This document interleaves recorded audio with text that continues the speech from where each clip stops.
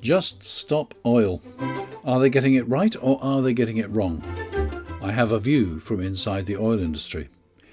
Can protest and free speech survive in the face of new laws and legal procedures which can bankrupt protesters without even taking them to court? And a minister resigns just before the Prime Minister sacks him, but claims it's for a completely different reason.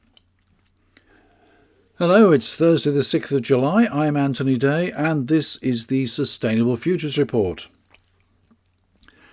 The objective of Just Stop Oil is to persuade the British government to stop permitting the exploitation of new fossil fuel resources predominantly in the North Sea.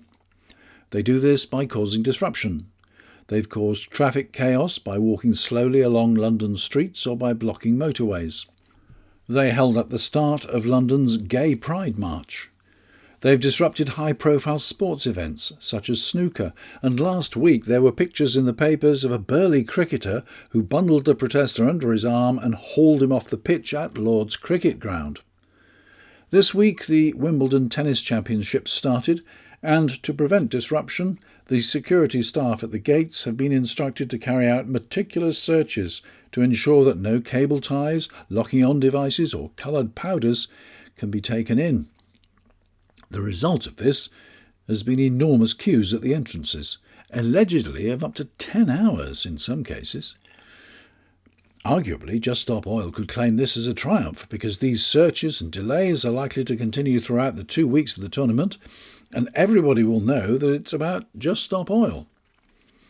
If they do decide to disrupt play, it would surely make more sense to do it in the second week, the finals week, when far more people will be watching on television across the world.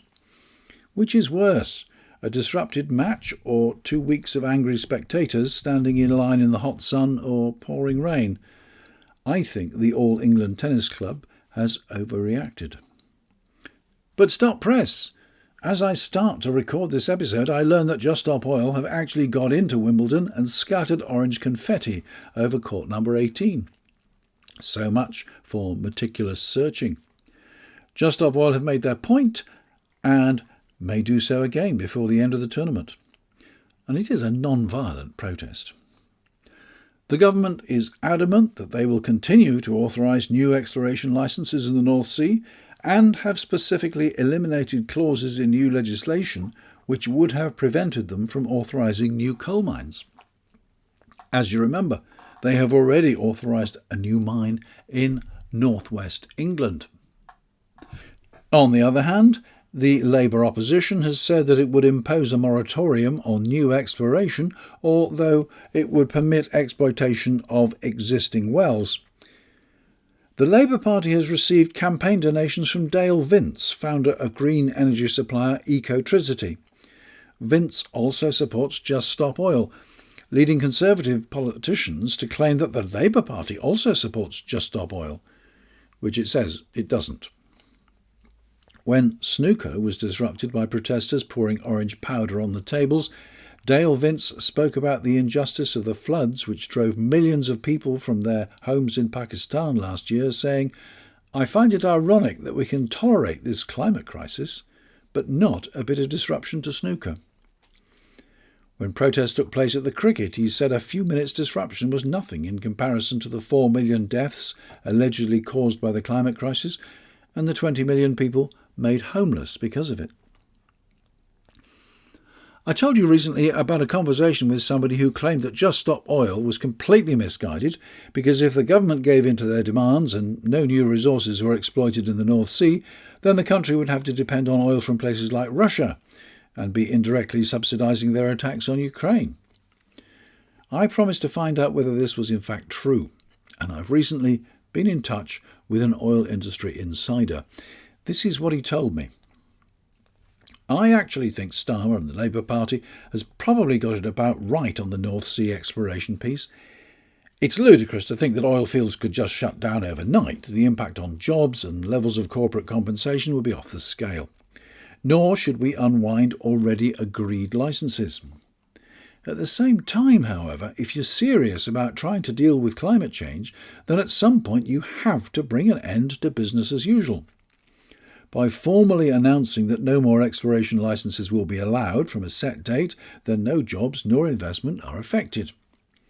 Sadly, it does mean that the UK will be forced to take oil and gas from often unpalatable regimes with considerably poorer emission and environmental standards than the North Sea. That, unfortunately, will be the case until demand for those products declines, which is easily the most tricky part of the equation. Nonetheless, by taking a clear lead on oil and gas exploration, it sets a very powerful and tangible example in the decarbonisation process. Without it, how on earth can we preach to developing nations on why they should slow down or cease their own exploration activities? Plus, of course, if you don't start the process somewhere, you will never start it. How much is left in the North Sea? Well, in terms of the question on how much oil can be extracted from the North Sea without new exploration projects, I don't know the answer. Much depends on price, in that if the oil price falls below $50, then I suspect the answer is very little. If it stays high or goes higher, then producers will be able to eke out a great deal more product.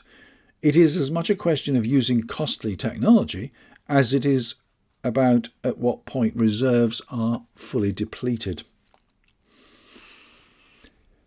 Sounds like a reasonable argument to me. On the other hand, the government's attitude appears to be to shut down protest at all costs without considering in any way what the protest is about. We have seen changes to legislation making protest more and more difficult. When clauses have been deleted from legislation, they've been brought back in new legislation until the police have almost absolute discretion as to what is a protest and what is criminal behaviour. Just before the coronation, the police arrested people miles away from the procession route on the basis that they might be going to protest. They even locked up an innocent spectator until after it was all over, just because she was standing next to some people who might have been going to protest. As far as I know, she has no recourse or compensation. Later this month, supporters of Extinction Rebellion will get together in central York and tie themselves together and link themselves to trees with paper chains. Locking on to other people or to trees, street furniture or other objects, even linking arms, is now technically illegal. And the purpose of the event is to demonstrate how onerous the legislation has become. More worrying is the use of the civil law to suppress protests. Apparently, people can be bankrupted for the costs of civil action without the actions actually having taken place or judgments entered. I'll bring you more on this when I've tracked down another expert. And in other news, last week, as we heard, the government was strongly criticised by the Climate Change Committee and accused of losing its position as an international leader in the fight against the climate crisis. And they're not the only ones to accuse the government, and particularly the Prime Minister, of losing the climate plot. Now, I try and avoid the mess of politics in the Sustainable Futures Report, but you will no doubt be aware that former Prime Minister Boris Johnson resigned from Parliament in response to an excoriating report from the Parliamentary Privileges Committee, which found him to have lied repeatedly. A number of Conservative politicians, including Lord Zach Goldsmith, a member of the government, openly criticised the committee and allegedly harassed some of its members. Many considered that Goldsmith's position as a member of the government was untenable in view of his actions and called upon the Prime Minister to sack him. Before that happened, Goldsmith chose to resign. To resign not because he accepted that his behaviour against the committee was unacceptable, but because he believed that the Prime Minister was simply uninterested in environmental issues, and his, Goldsmith's, role as Minister for International Environment had become impossible. Goldsmith does have a reputation as a dedicated environmental campaigner. Here are a few quotations from his resignation letter, which runs to some 1,400 words. Before you took office, you assured party members that you would continue implementing measures like ending the live export of animals for slaughter, banning keeping primates as pets, preventing the import of shark fins and hunting trophies from vulnerable species. But I have been horrified as bit by bit we have abandoned these commitments domestically and on the world stage. More worrying, the UK has visibly stepped off the world stage and withdrawn our leadership on climate and nature. Too often we are simply absent from key international fora. Only last week you seemingly chose to attend the party of a media baron rather than attend a critically important environment summit in Paris that ordinarily the UK would have co-led. That's a reference to the Paris Finance Summit that I spoke about last week, to discuss aid from the wealthy north to the impoverished south. A number of heads of government attended, but Prime Minister Rishi Sunak preferred to go to a party instead. Worse still, we have effectively abandoned one of the most widely reported and solemn promises we have made on this issue, our pledge to spend £11.6 billion of our aid on climate and environment. And that's been making headlines in the papers today. The problem is not that the government is hostile to the environment, it is that you, our Prime Minister, are simply uninterested. That signal, or lack of it, has trickled down through Whitehall and caused a kind of paralysis.